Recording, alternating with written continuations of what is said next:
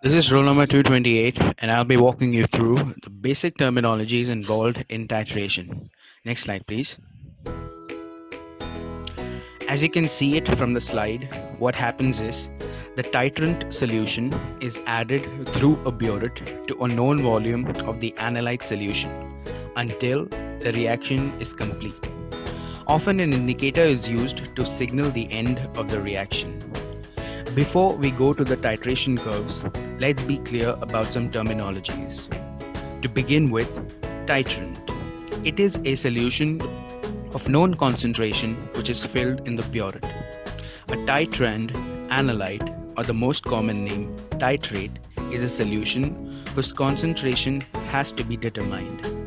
Titrant and analyte is a pair of acid and base. Acid-base titrations are monitored by the change of pH as the titration progresses. An indicator is a weak acid or a weak base which is added to the analyte solution. It changes color once the equivalence point is reached. Next slide, please.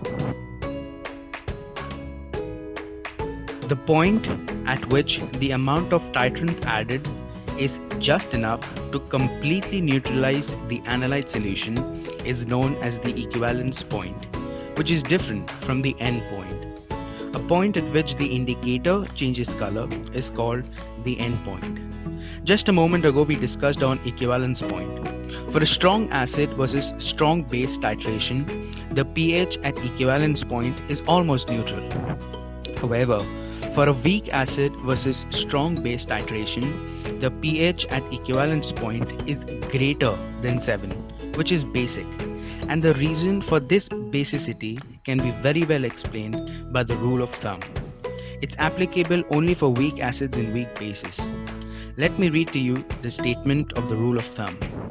Weak acids and weak bases always exist as conjugate acid-base pairs in an aqueous solution.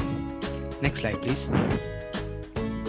A titration curve is the plot of the pH of the analyte solution versus the volume of titrant added as the titration progresses.